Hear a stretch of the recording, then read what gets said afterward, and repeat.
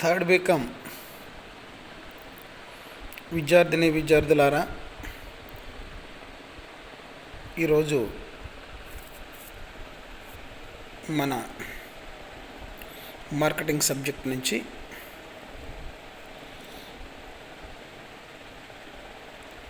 వినియోగదారుని యొక్క ప్రవర్తన లేదా కొనుగోలుదారు యొక్క ప్రవర్తన గురించి మనం డిస్కస్ చేద్దాం. ముఖ్యంగా మీరందరూ కూడా ఈ మార్కెటింగ్ లెసన్స్ వింటూ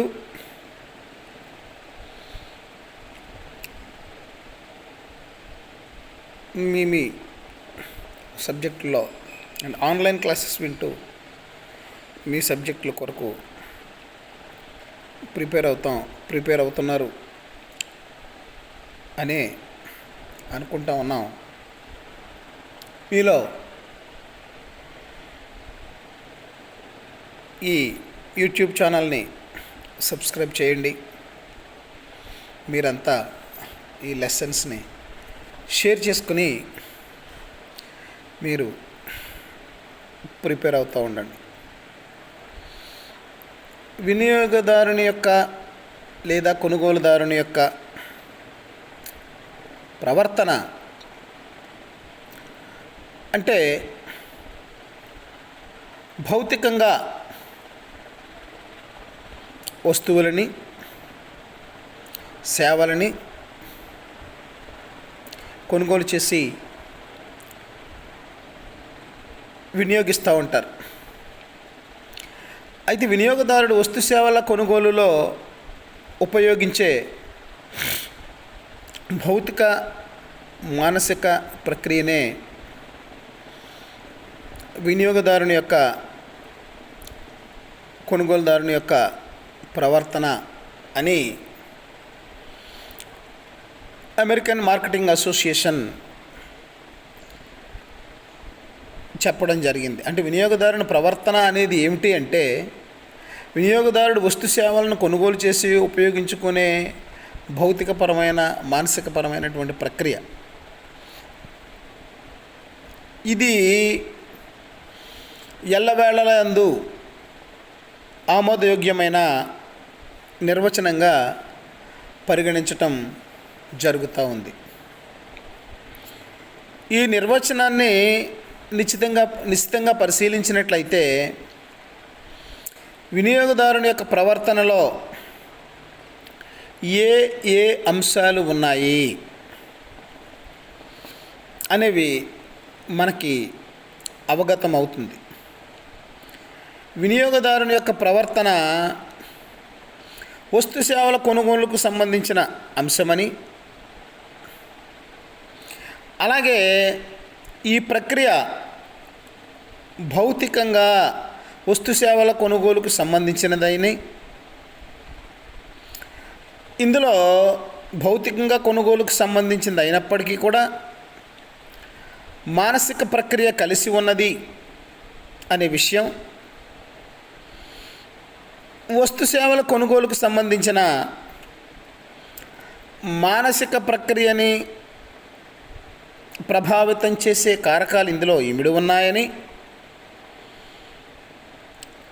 మనకి అర్థమవుతుంది. అంటే అమెరికన్ మార్కెటింగ్ అసోసియేషన్ వారి నిర్వచనాన్ని పరిశీలించినట్లయితే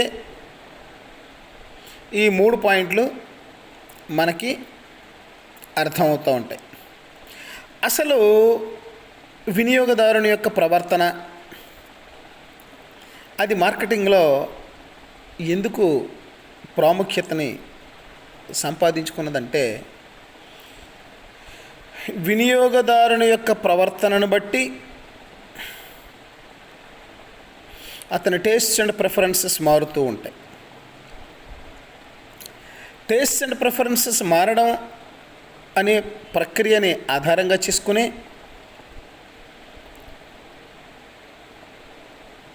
మార్కెటింగ్ చేసేటటువంటి వాళ్ళందరూ కూడా వారి వారి యొక్క ప్రవర్తనని, వారి వారి యొక్క స్ట్రాటజీలని మార్చుకుంటూ ఉంటారు. ఫర్ ఎగ్జాంపుల్, వినియోగదారుడు కొన్ని వస్తువులు, కొన్ని సేవల విషయంలో అనేక రకాలుగా ప్రవర్తిస్తూ ఉంటాడు. అది వారి వారి యొక్క మానసిక స్థితిగతుల మీద, చుట్టుపక్కల ఉండేటటువంటి పరిస్థితుల మీద, ఇంకా అనేక అంశాల మీద ఆధారపడి ఉంటుంది. ఫర్ ఎగ్జాంపుల్, సాఫ్ట్ డ్రింక్స్ మార్కెట్లో వినియోగదారుని యొక్క ప్రవర్తన అడ్వర్టైజ్మెంట్ని బట్టి, వాడిచ్చే డిస్కౌంట్ని బట్టి, వాడిచ్చేటటువంటి అదే కాస్ట్కి సరుకు పెంచడాన్ని బట్టి, ధరని బట్టి, చుట్టుపక్కల ఉండే స్నేహితులను బట్టి అనేక అంశాల మీద అతని ప్రవర్తన ఆధారపడి ఉంటుంది. పరిసరాలను బట్టి కూడా మనం సీజనల్గా వేసవికాలంలో కొన్ని కోరుకుంటాం, వర్షాకాలంలో కొన్ని కోరుకుంటాం, శీతాకాలంలో కొన్ని కోరుకుంటాం. అంచేత వినియోగదారుని యొక్క ప్రవర్తనని తెలుసుకోవలసినటువంటి అవసరం మార్కెటర్స్కి ఎంతైనా ఉంది, కంపెనీలకి ఎంతైనా ఉంది. వినియోగదారుని యొక్క ప్రవర్తనను బట్టే మార్కెటర్స్ అంటే కంపెనీలన్నీ కూడా వారి వారి స్ట్రాటజీలని మారుస్తూ ఉంటాయి. అది వినియోగదారుల యొక్క ప్రవర్తనకి ప్రాముఖ్యత ఏమిటి అంటే, అతని యొక్క ప్రవర్తనని స్టడీ చేయటం చాలా కష్టతరమైనటువంటి విషయం.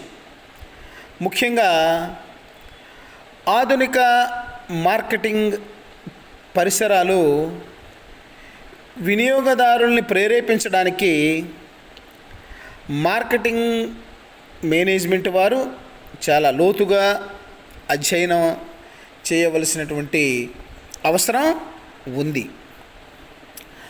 ఆ అవసరానికి వయస్సుల వారీగా, ఆదాయ వర్గాల వారీగా, చదువుకున్న విద్యార్హతలు ఆధారంగా, వ్యక్తిగత అభిరుచులు, అభిప్రాయాలు ఆధారంగా వినియోగదారుల్ని వివిధ రకాలుగా వర్గీకరణ చేస్తారు.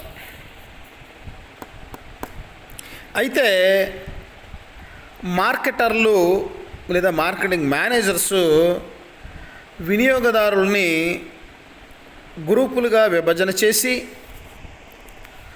వారి వారి అవసరాలు, వారి వారి టేస్ట్స్ అండ్ వారి వారి ప్రిఫరెన్సెస్ ఆధారంగా వస్తువులని, సేవలని తయారు చేయాల్సిన అవసరం ఉంటుంది. స్పష్టంగా చెప్పాలి అంటే, మార్కెట్ సంబంధిత ఆర్థిక వ్యవస్థల్లో వినియోగదారుని యొక్క ప్రవర్తనలో పరిశోధన అత్యంత ప్రాధాన్యతని సంతరించుకుంది. అంచేతనే ప్రతి డిపార్ట్మెంట్లో కూడా రీసెర్చ్ వింగ్ ఒకటి ఉంటుంది. ఈ రీసెర్చ్ వింగ్ వారు వినియోగదారుల యొక్క అవసరాలు ఎట్లా ఉంటాయి, వారి ప్రవర్తన ఏ విధంగా ఉంటుంది అనేవి తెలుసుకుని వారి ప్రవర్తనని ఆధారంగా వారి వారి యొక్క ప్రోడక్ట్స్ మ్యానుఫ్యాక్చరింగ్ని మారుస్తూ ఉంటారు. ప్రొడక్ట్స్ని మారుస్తారు, మ్యానుఫ్యాక్చరింగ్ని కూడా మారుస్తూ ఉంటారు. ఇది వినియోగదారుల యొక్క ప్రవర్తన అధ్యాయాల్లో మానవ సంబంధమైనటువంటి చర్యలను అర్థం చేసుకుని వాటిని ముందుగానే ఎస్టిమేట్ చేయడానికి, ఊహించడానికి అవకాశం ఉంది. సామాజిక శాస్త్రవేత్తల ప్రకారం ప్రజలు స్పష్టమైన అవగాహన కారకాలలో మాత్రమే ప్రేరేపితమవుతాయి. అంటే ఇక్కడ ప్రేరేపితం అంటే ఎలాంటి పరిస్థితులలో మనిషి వినియోగదారుడు ఎలాగ రియాక్ట్ అవుతాడు అనేది అంచనా వేయవలసి ఉంటుంది.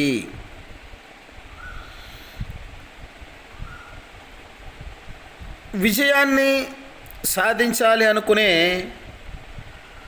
మార్కెటింగ్ మేనేజర్సు ఈ ప్రేరేపితమైనటువంటి విషయాలని పూర్తిగా అవగాహన చేసుకోవాలి, అవగాహన కలిగి ఉండాలి. ఎలాంటి పరిస్థితుల్లో మనిషి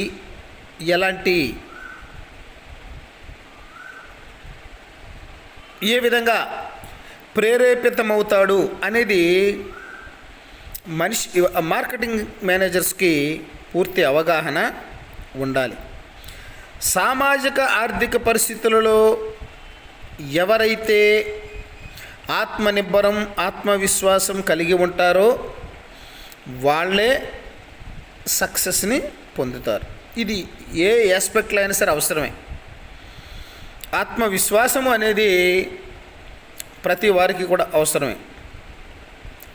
మార్కెటింగ్లో విజయం సాధించాలి అన్నట్లయితే వినియోగదారుని యొక్క ప్రవర్తనని అధ్యయనం చేసి అంచనా వేయవలసిన అవసరం ఎంతైనా ఉంది.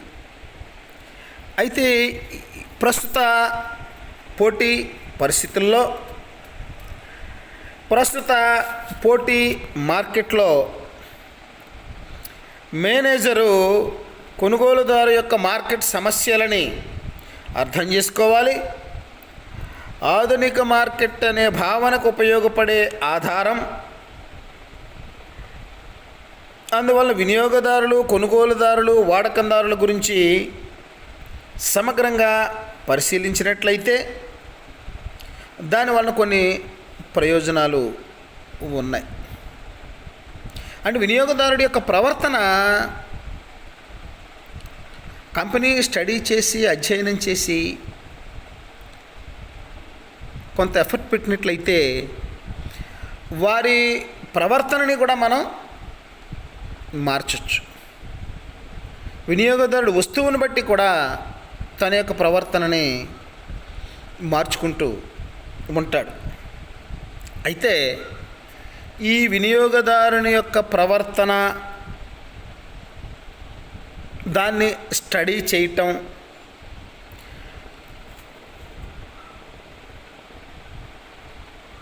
వలన కొన్ని ప్రయోజనాలు ఉన్నాయి. ఉత్పత్తి విధానాలు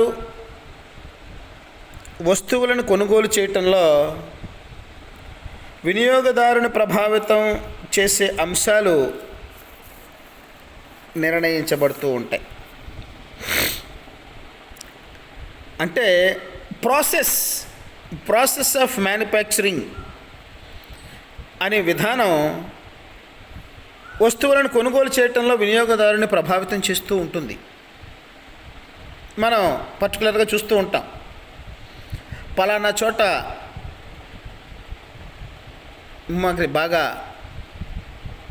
ప్రాసెస్ బాగుంటుంది, బాగా తయారు చేస్తారు. ఫర్ ఎగ్జాంపుల్ టిఫిన్సే చూసుకున్నట్లయితే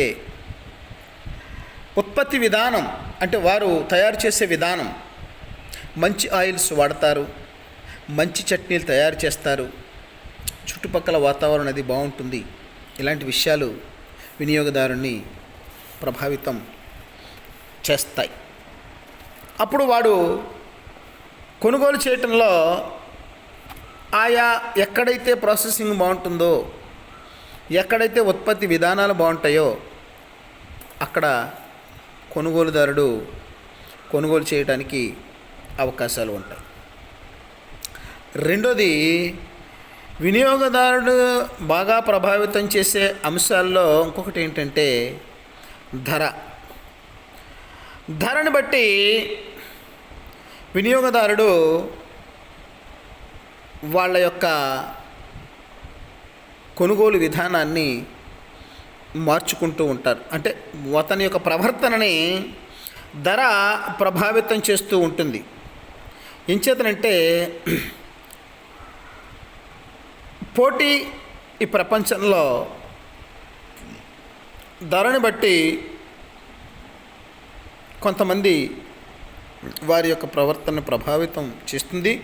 కొంతమంది ధరకి ప్రాధాన్యతనివ్వకుండా కేవలం బ్రాండ్ విషయాల్లోనే వాళ్ళు ఎక్కువగా ప్రభావితం అవుతూ ఉంటారు. ఫర్ ఎగ్జాంపుల్,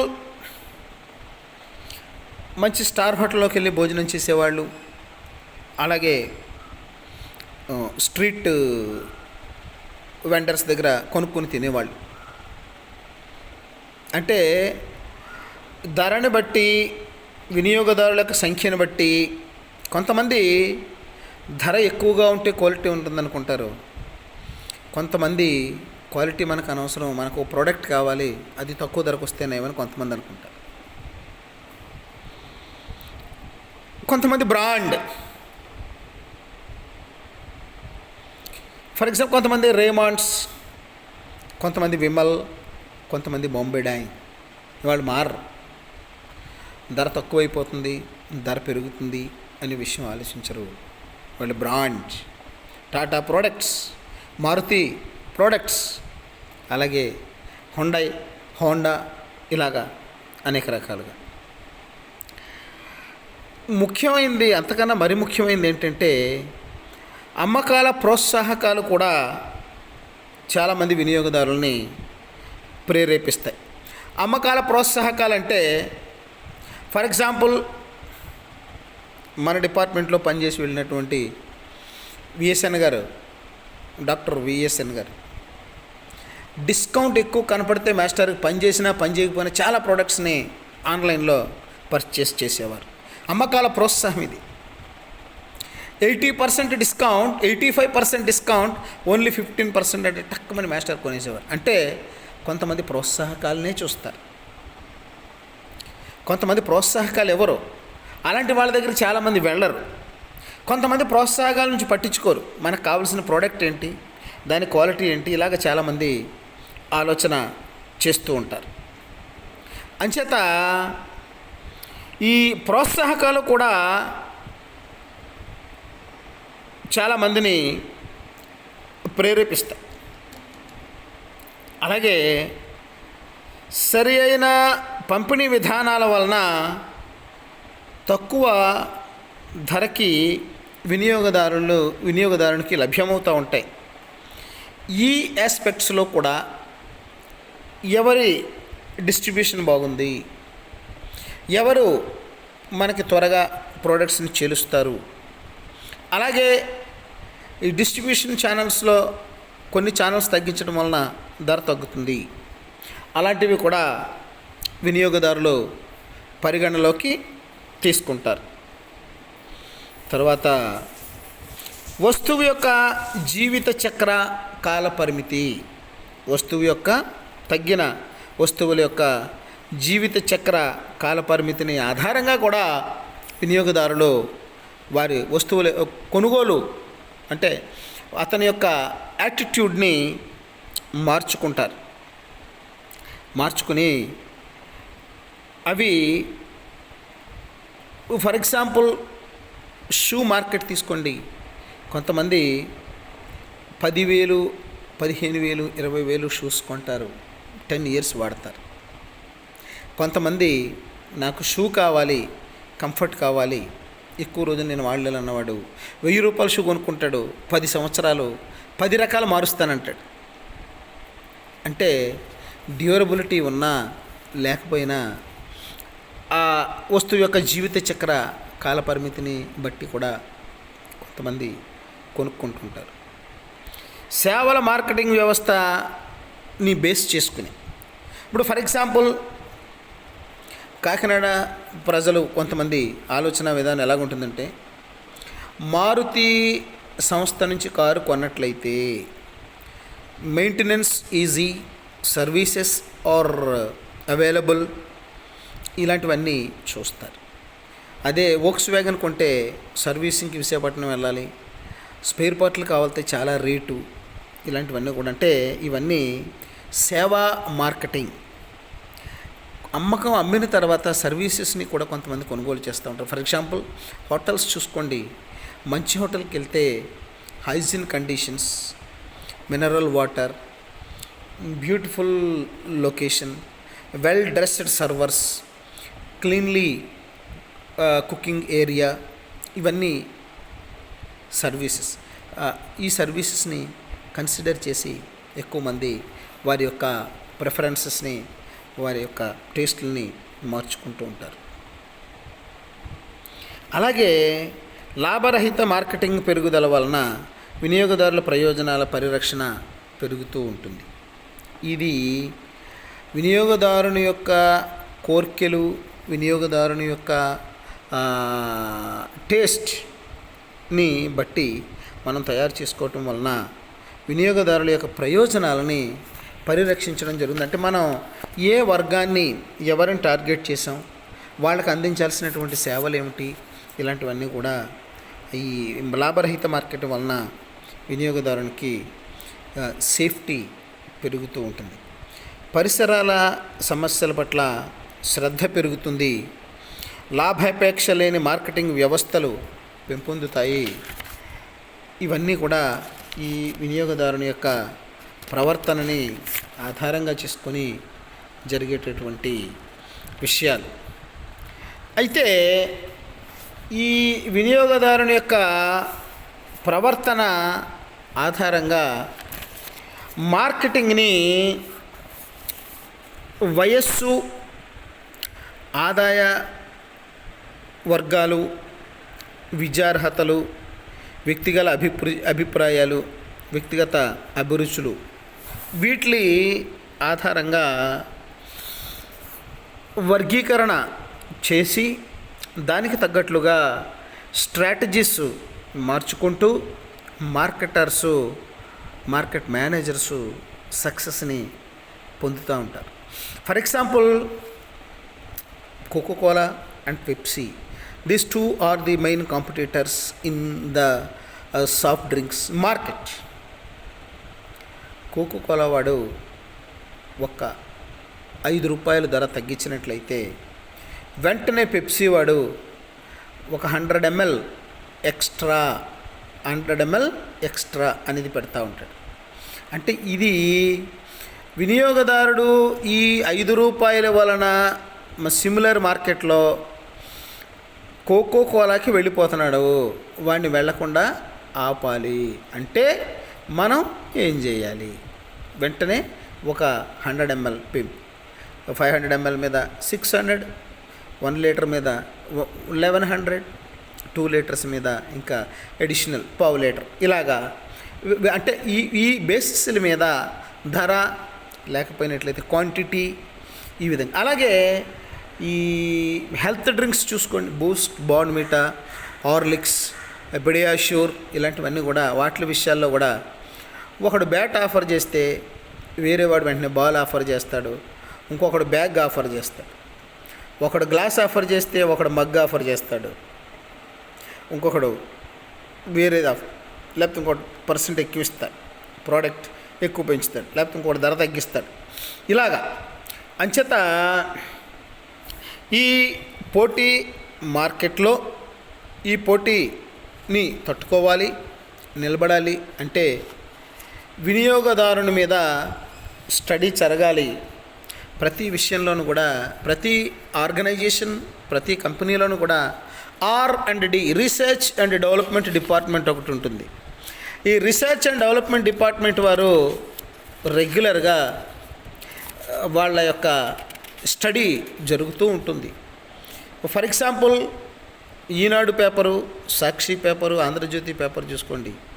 వాళ్ళ స్టడీ ఇంటికి వచ్చి ఫ్రీగా పేపర్ ఇచ్చి మీకు ఫాంట్ ఎలా ఉంది, ఫొటోస్ కలర్ ఎలా ఉన్నాయి, సైజ్ ఎలా మారాలి, అలాగే వసుంధర ఫ్యామిలీ, అలాగే స్పోర్ట్స్, అలాగే financial reports, stock market, share market ఇలాంటివన్నిటి మీద స్టడీ చేసి జనాల యొక్క కోరికకు అనుగుణంగా ఆ పేపర్ యొక్క ఇది మారుస్తూ ఉంటారు.